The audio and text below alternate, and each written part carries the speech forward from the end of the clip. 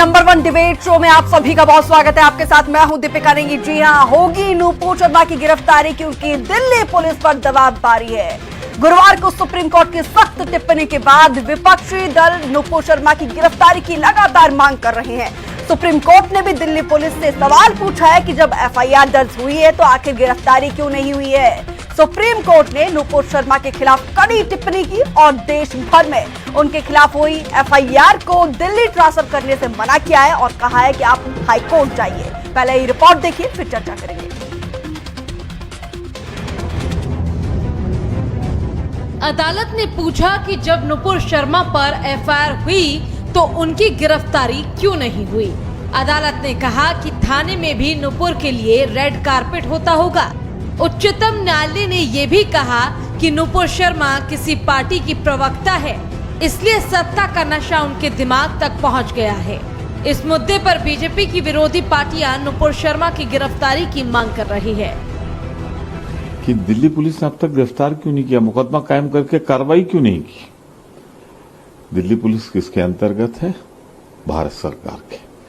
तो माफी सिर्फ नुपुर शर्मा जी को नहीं मांगनी चाहिए, माफी भारतीय जनता पार्टी के सर्वोच्च नेतृत्व को मांगनी चाहिए कि अपनी कमियां छिपाने के लिए उन्होंने सारे देश में आग लगाने का वातावरण बनाने दिया। अपने अधिकृत प्रवक्ता को, अपने अधिकृत मंच से सारे राज खुलकर आ गए। भारतीय जनता पार्टी देश को सांप्रदायिकता की आग में जो झोंक रही थी, सुप्रीम कोर्ट ने बेनकाब कर दिया। के बीच में पैदा किया आम आदमी पार्टी का कहना है कि देश में एक नफरत वाला माहौल बन गया है, जिसे दूर करना जरूरी है। कि आज जिस तरह से नफरत का माहौल समाज के बीच में, धर्मों के बीच में पैदा किया जा रहा है, उसको अगर रोका नहीं गया तो कहीं न कहीं एक भयानक रूप लेगा। और जिसकी छिटपुट घटनाएं जगह जगह, जिस तरह के नृशंस हत्याएं, जिस तरह के हमले दिख रहे हैं, मुझे लगता है कि अब वक्त आ गया है कि कोई भी सरकार हो, किसी पार्टी का कोई व्यक्ति हो, किसी धर्म का हो, किसी भी जाति का हो, अगर इस तरह का समाज के ताने बाने को तोड़ने की अगर किसी तरह का बयानबाजी करता है, कार्रवाई करता है, उस पर सख्त कार्रवाई होनी चाहिए। इसके आधार पर पक्षपात नहीं होना चाहिए कि वो सत्ता से जुड़ा हुआ है या विपक्ष का है, वो किस जाति का है, किस धर्म का है। अगर देश और समाज के ताने बाने को तोड़ने की कोई कोशिश कर रहा है तो मुझे लगता है कि उस पर सख्त कार्रवाई होनी चाहिए। यही एक तरीका है जिससे हम ये मैसेज दे सकते हैं कि अगर देश और समाज की एकता पे अगर कोई हमला करेगा अपने स्वार्थ के लिए, अपने किसी भी विचार की उत्तेजना में, उस पर बख्शा नहीं जाएगा। बीजेपी ने कहा है कि उसने पहले ही नुपुर शर्मा को सस्पेंड कर दिया है। देखिए, जो माननीय सुप्रीम कोर्ट ने जो कहा है उस पर तो मैं कोई टिप्पणी नहीं कर सकता हूं, लेकिन किसी भी भारतीय नागरिक को कोई ऐसी बात नहीं कहनी चाहिए जिससे किसी भी लोगों को उनके मन को ठेस पहुंचे। नुपुर शर्मा ने अदालत से गुहार लगाई थी कि अपनी टिप्पणी वापस लेने के बावजूद उन्हें असामाजिक तत्वों से लगातार रेप और जान से मारने की धमकी का सामना करना पड़ रहा है। ऐसे में अलग अलग राज्यों में यात्रा करना उनके लिए सुरक्षित नहीं होगा। सभी याचिकाओं को दिल्ली ट्रांसफर कर दिया जाए। सुप्रीम कोर्ट ने उनकी याचिका को खारिज कर दिया और अलग अलग राज्यों के हाई कोर्ट से नुपुर शर्मा को मामले को दिल्ली ट्रांसफर करने के लिए याचिका लगाने का आदेश दिया। पैगंबर मोहम्मद पर अपमानजनक टिप्पणी करने वाली बीजेपी की पूर्व नेता और प्रवक्ता नुपुर शर्मा को सुप्रीम कोर्ट से फटकार लगी है। सुप्रीम कोर्ट ने सुनवाई के दौरान कहा कि आखिर नुपुर शर्मा की गिरफ्तारी अभी तक क्यों नहीं हुई है, जिसके बाद अब विपक्षी दल मुखर हो चुके हैं और सीधा दिल्ली पुलिस से सवाल कर रहे हैं कि आखिर नुपुर शर्मा की गिरफ्तारी कब होगी और कब पूछताछ का सिलसिला शुरू होगा। सहयोगी दीपक शर्मा, कंचन अरोड़ा के साथ ओशी मंडोला, सुप्रीम कोर्ट, दिल्ली।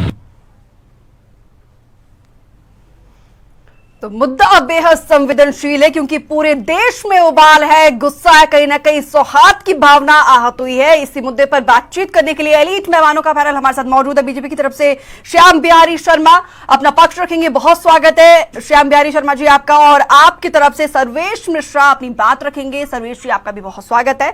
और दीपक चंद्र राठौर कांग्रेस की तरफ से अपनी बात रखेंगे। दीपक जी आपका भी बहुत स्वागत है। वरिष्ठ पत्रकार मनीष गुप्ता थोड़ी देर में हमारे साथ कनेक्ट होंगे। और सबसे पहला सवाल बीजेपी के प्रवक्ता श्याम बिहारी शर्मा मेरा आप ही से, क्योंकि पुलिस आपकी है केंद्र में, इंतजार किस चीज का था? हालांकि देखिए नूपुर की मुश्किलें जो है बढ़ना तय है, लुकआउट नोटिस जारी कर दिया गया है, लेकिन आप लोग इंतजार किस चीज का कर रहे थे? आखिर क्यों नहीं एक बड़ी कार्रवाई की गई थी? हालांकि सुप्रीम कोर्ट ने तल्ख टिप्पणी की है, उसके बावजूद भी देखिए माहौल किस तरीके से गर्माता जा रहा है। अब कैसे ये शांत होगा? हेलो हेलो जी जी श्याम बिहारी जी, क्या आपको आवाज मिल पा रही है? हाँ हाँ जी बहन जी मिल रही है जी। बहन जी। मेरा सवाल ये है, देखिए नूपुर की मुश्किलें तो जो है अब बढ़ना, मुश्किलें बढ़ेंगी ये तय है क्योंकि लुकआउट नोटिस जारी हो गया है, लेकिन आप लोगों को इंतजार किस चीज का था? सुप्रीम कोर्ट की तरफ से टिप्पणी की गई है, वो आए टीवी डिबेट में जिस तरीके से उन्होंने बयान दिया था, वो एक बार फिर से टीवी में आकर ही माफी मांगी। इंतजार किस चीज का था? आखिर पुलिस ने उसके खिलाफ गिरफ्तारी क्यों नहीं की गई, कार्रवाई क्यों नहीं की है? देखिए बहन जी, जहाँ तक नुपुर शर्मा का प्रश्न है तो भारतीय जनता पार्टी हमेशा सबका साथ, सबका विकास और सबके विश्वास की बात करती रही है, और इसी परंपरा का निर्वहन करते हुए भारतीय जनता पार्टी ने नुपुर शर्मा के खिलाफ तत्काल कार्रवाई की है, तत्काल निलंबन किया है। थी सर, जब इस्लामिक स्टेट से दबाव पड़ा, आप लोगों को लगा कि रिश्ते खराब हो जाएंगे, तब जाके उन्हें आप लोगों ने जो है निलंबित किया था? नहीं भाई जी, ऐसा नहीं है, उसमें किसी के दबाव में नहीं हुआ। जो हुआ एक कानूनी प्रक्रिया है और एक अनुशासनिक समिति होती है, अनुशासनिक समिति भी रिपोर्ट देती है, उसके रिपोर्ट के आधार पर सब कार्रवाई होती है। तो जो भी हुआ किसी दबाव में, प्रभाव में, अभाव में नहीं हुआ है, वो एक कानूनी प्रक्रिया है, संगठन के अंदर प्रक्रिया है, और उसके तहत सब कुछ हुआ है, और तत्काल उन्हें जो है निलंबित किया गया है। जी तो दिल्ली पुलिस किस चीज का इंतजार कर रही है? अब कानूनी प्रक्रिया है, अपना कानूनी प्रक्रिया पूरी कर रहे हैं, और कानूनी प्रक्रिया पालन करते हुए जो भी दिल्ली पुलिस है वो कर रही है अपना। ठीक है, कानूनी उसमें भी किसी का प्रभाव, किसी का दबाव कहीं कुछ नहीं है उसके ऊपर, वो निष्पक्ष कार्रवाई दिल्ली पुलिस कर रही है अपना। ठीक है, निष्पक्ष कार्रवाई दिल्ली पुलिस कर रही है, ये कहना है श्याम बिहारी जी का। सर्वेश मिश्रा जी, क्या लगता है निष्पक्ष कार्रवाई हो रही है? देखिए, निष्पक्ष कार्रवाई तो कही नहीं सकते, ये तो मजाक होगा इस दौर में। और पूरे देश ने देखा कि किस प्रकार से उन्होंने अपना बयान दिया, और उस बयान के समर्थन में कई बार बयान दिया, और वो बार बार ये बात बोलती रही। उनके साथ साथ नवीन बोलते रहे, इनके दूसरे प्रवक्ता उसका समर्थन करते रहे, भाजपा के जिनकी जो फौज है पूरे उसके करती रहे, लेकिन किसी ने विरोध नहीं किया। जब अंतर्राष्ट्रीय स्तर पर मामला गया, तब जाके इस तरीके कार्रवाई की गई। और आप भी समझिए, देश में इस तरीके की नफरत का माहौल हो गया, और हमारे देश के प्रधानमंत्री जी और गृह मंत्री जी ने इस मामले को लेकर एक शांति की अपील तक नहीं की। आप दूसरी तरफ दूसरे लोग जो ट्विटर पे ट्वीट कर रहे हैं फोटो, उनकी गिरफ्तारियां तुरंत हो जा रही हैं, और देश में इस तरीके के नफरत का माहौल इन्होंने फैलाया, जिससे आपने न्यायालय का फैसला देखा। न्यायालय का फैसला हमने पढ़ा, और न्यायालय ने किस तरीके से वक्तव्य दिया, किस तरीके से दिया है फैसला, और इसमें साफ साफ लिखा गया है कि देश में इस तरीके की जो उदयपुर की घटना हुई है, इस घटना में नुपुर इनकी जो प्रवक्ता है, उनका जो स्टेटमेंट है, उसका बहुत बड़ा रोल है, और इस तरीके से देश की शांति को भंग करने का काम किया जा रहा है, देश में नफरत फैलाने का काम किया जा रहा है, और अभी भी उनकी गिरफ्तारी नहीं हुई। आप समझिए कि उस एक तरफ तो उनके ऊपर केस किया जा रहा है, दूसरी तरफ सरकार उनको सिक्योरिटी दे रही है। ये भाजपा का ट्रेंड हो चुका है। दिल्ली में इनका एक इसी तरीके का प्रवक्ता है, उल्टा सीधा बोलता रहता है, उसको भी Z+ सिक्योरिटी है, Y+ सिक्योरिटी दे रखी है। तो इन लोगों का एक तरीका बन चुका है, पहले लोगों से बुलवाते हैं, फिर कहते हैं कि उन पे हमला होगा, फिर उनको सिक्योरिटी देते हैं, उनको जेल और उनको कुछ नहीं होती है, और कोई पत्रकार ट्वीट कर देगा, कोई फैक्ट चेक वाले ट्वीट कर देंगे तो उनकी तुरंत गिरफ्तारी हो जाएगी। तो एक तरीके से ये दोहरा रवैया श्याम बिहारी जी, जनता पार्टी बीजेपी की शय पर ही बीजेपी के प्रवक्ता ऐसे बयान देते हैं, और जब बवाल खड़ा होता है तो फिर आप लोग ही सिक्योरिटी देते हैं, ये कहना है विपक्ष का। देखिए, विपक्ष तो विपक्ष है, कुछ तो मुद्दा चाहिए।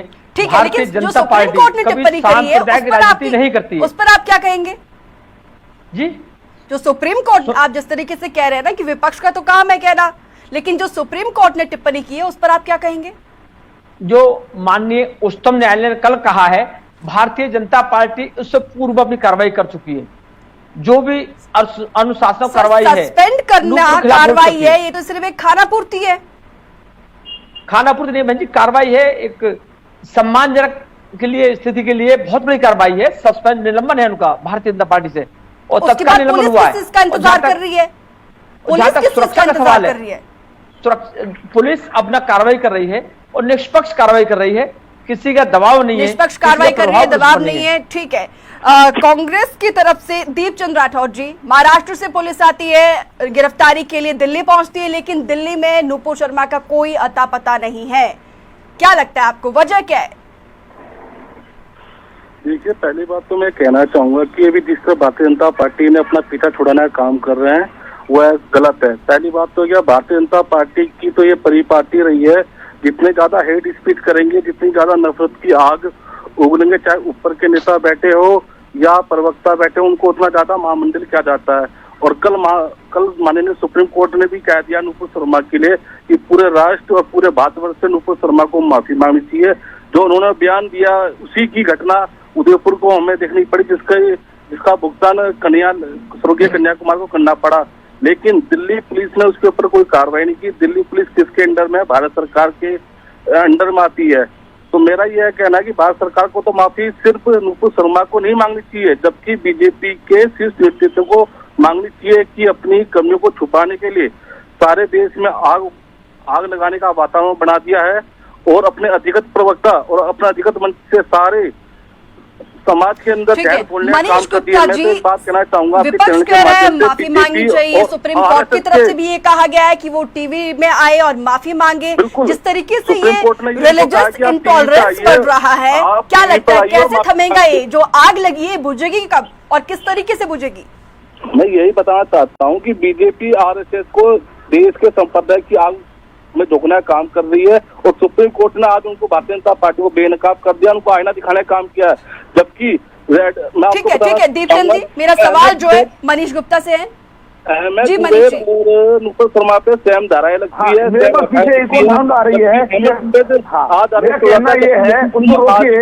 मनीष दीपचंद जी मैं लौटूंगी आपके पास। जी मनीष जी अपनी बात की। हेलो, क्या मेरी आवाज आ रही है? माफी मांगने के लिए अगर सुप्रीम कोर्ट ने कहा है तो अवश्य माफी मांग लेनी चाहिए। माफी मांगने से कोई छोटा नहीं हो जाता है, पहली बात ये समझ लीजिए। दीपचंद जी मैं लौटूंगी आपके पास। आपके सारे प्रवक्ता को सपोर्ट कर रहे थे जब आप वहां गए हुए थे। आज पूरे एक मिनट मैं लौटूंगी आपके पास। मनीष जी जी जवाब दीजिए।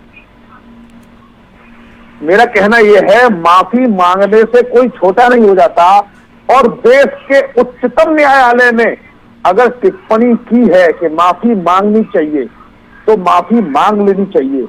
संभवतः यह उन उद्विग्न मन को शांत करेगी जिनको सिर्फ इस बात की प्रॉब्लम है कि हाँ नुपुर शर्मा ने कुछ गलत किया है, कुछ गलत कहा है, और अगर उन्होंने शर्तों के साथ माफी मांगी है तो बिना शर्त माफी मांग लीजिए। माफी मांगने से लोगों के मन के घाव पर मरहम लगता है।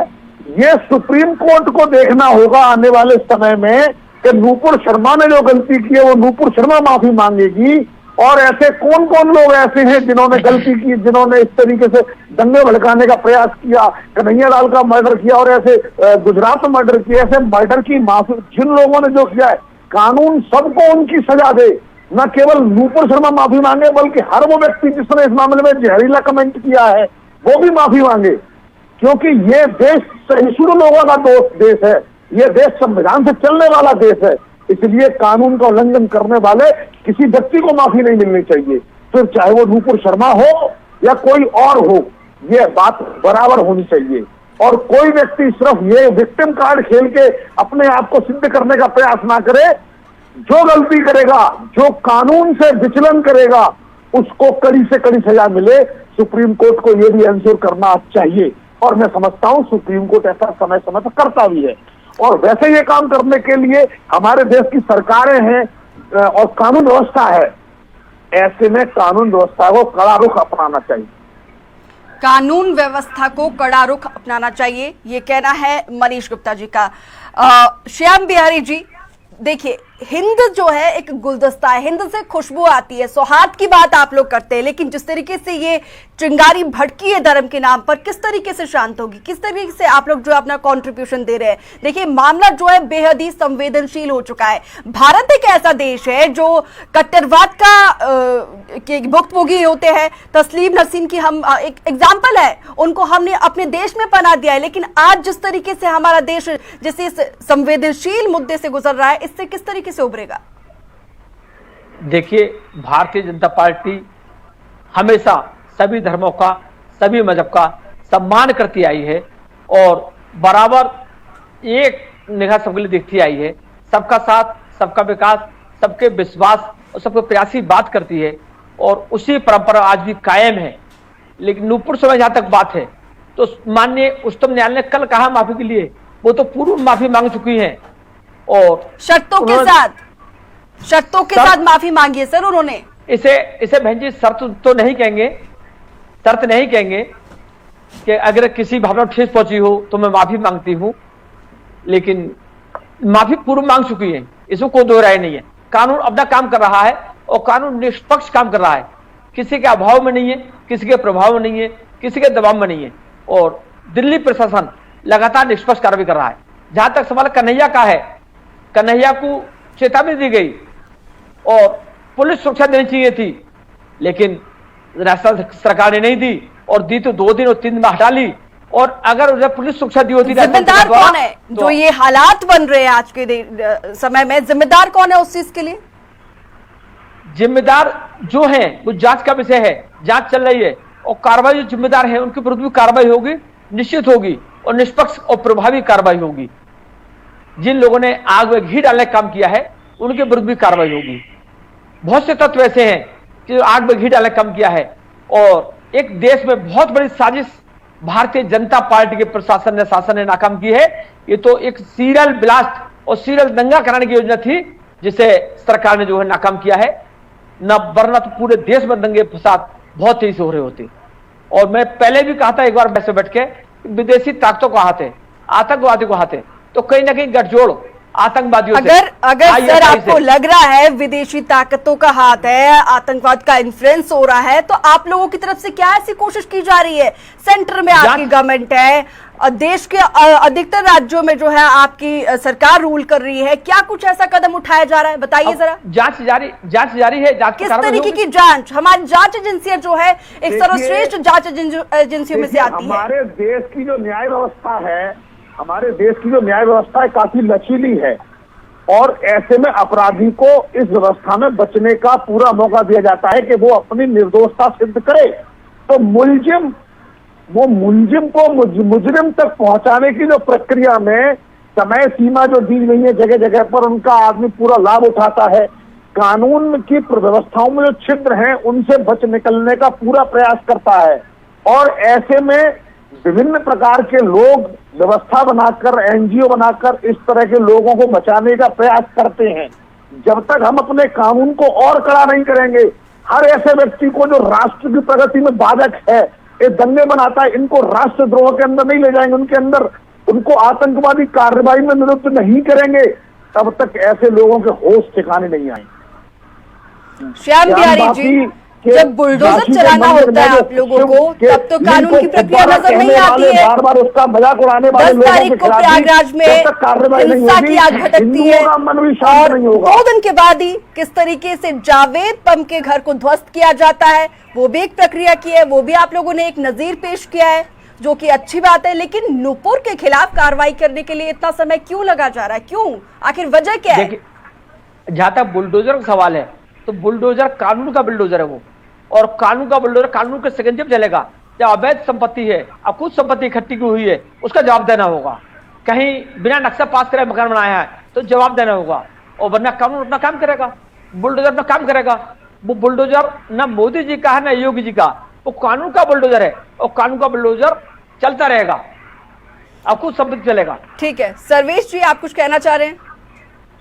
देखिए, पहली बात तो जब एक जगह ये कहा जाता है कि एक व्यक्ति हिंसा और उन्माद फैलाने की कोशिश किया जा रहा है, उस जावेद की सास के नाम का घर तोड़ देते हो, लेकिन नुपुर शर्मा के घर बुलडोजर कैसे नहीं पहुंच पाता?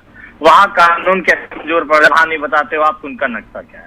दूसरी बात समझिए, जो भाजपा के प्रवक्ता महोदय कह रहे थे कि ये देश में बड़े सौहार्द फैलाने वाले लोग हैं, सभी धर्मों को एक हिस्सा मानने वाले लोग हैं। अरे आपको शर्म करनी चाहिए। आप 80 और 20 पे चुनाव लड़, आप देश के सूबे के सब प्रदेश में 80 और 20 पे मतलब जो मुस्लिम और यादव के नाम पर कैसे चुनाव लड़ रहे हैं, वो ठीक है। शर्म की और बात जो करते 80 हो, और 20 कह रहे हैं वो गलत है। आप एक बात बताइए, मतलब देश में बेशर्मी की हद हो रही है। आप सौहार्द की बात कर रहे हैं, सुन लीजिए। बात को आपको समझाना चाहता हूँ। एक मिनट मनीष जी, एक मिनट सर्वेश को पहले आपकी बात रखिए। लोगों ने देश में बेशर्मी की हद कर दी है, समझ में नहीं आता है। आप मुस्लिम यादव की बात करते हैं और नहीं होते, चुनाव लड़ने वालों करते हैं, नहीं होते। सुन लो अभी बता रहा हूँ। आप हमारे देश के प्रधानमंत्री जी जर्मनी फुटबॉलर का नाखून टूट जाने पे ट्वीट कर रहे हैं, कन्हैया की गला काटकर हत्या हो गई, ट्वीट किया क्या? शांति की अपील क्या की उन्होंने देश में? क्या आप लोगों को शर्म नहीं आता है? आज भी कल इनके भारतीय जनता पार्टी के सांसद परेश रावल, इन्हीं का एक भारतीय जनता पार्टी का एजेंट मनोज मुत्तसिर किस तरीके से कोर्ट के फैसले के खिलाफ बोल रहा है, आप जाके देखिए ट्विटर पे। शर्मनाक नहीं है परेश रावल का ट्वीट है। और उसके बाद से आप देखिए इनके तमाम पार्टी के लोग, पार्टी के कार्यकर्ता, कोर्ट के फैसले का यही मतलब है जो कोर्ट के ऑर्डर में लिखा है। जो बात कोर्ट के ऑर्डर में नहीं लिखी है उस बात की चर्चा कानून में नहीं होती है। ये आप समझ लीजिए, अगर आपको नहीं पता है तो समझिए कोर्ट ने क्या कहा है। ये महत्वपूर्ण से ज्यादा ये महत्वपूर्ण है कि कोर्ट के ऑर्डर में क्या लिखा हुआ है। आपको सबसे पहले कोर्ट के ऑर्डर को पढ़ना होगा। और मुझे पता है आप ऑर्डर नहीं पढ़ रहे हैं, इसलिए बिना सोचे समझे अखबार पढ़ की हेडलाइन पढ़कर आप जवाब दे रहे हैं। आप तैयारी से नहीं आए हैं। हिंदुस्तान मोहब्बत का देश है, तुम जैसे नफरती लोगों से डरेगा नहीं। ये अंदर नफरत फैलाना बंद करो। 70 साल नफरत बनाइए, 70 साल नफरत बनाए रखी आप लोगों ने। कोर्ट के फैसले के खिलाफ आता है, ये सम्मानीय नफरत फैलाई है।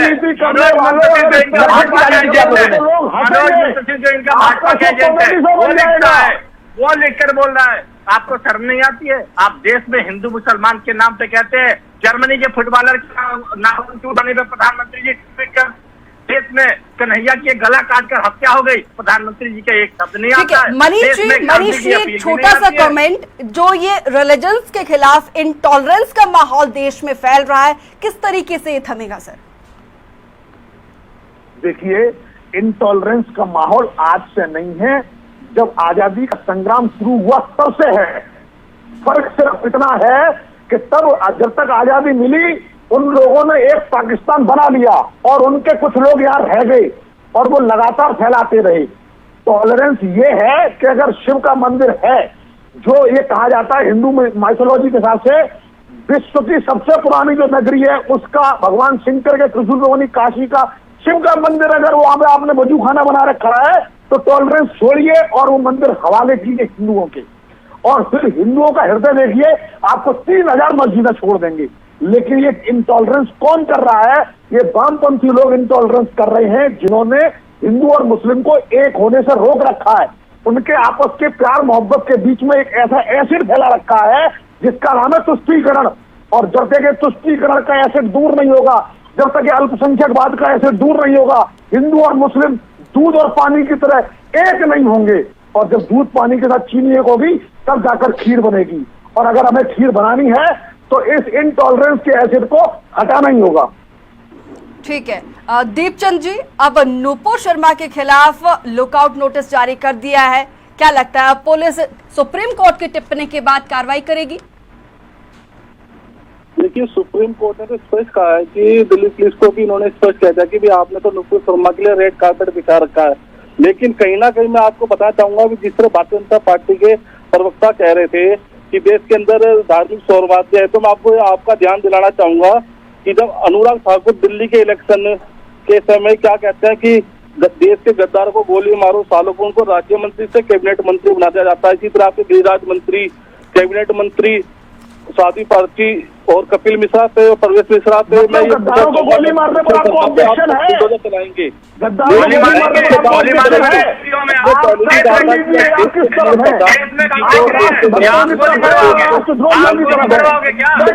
फाइनल कमेंट ले रही हूँ, आपको उदाहरण देखने को मिला दीपचंद जी, अभी महाराष्ट्र के अंदर भी इसी तरह की घटना हुई है।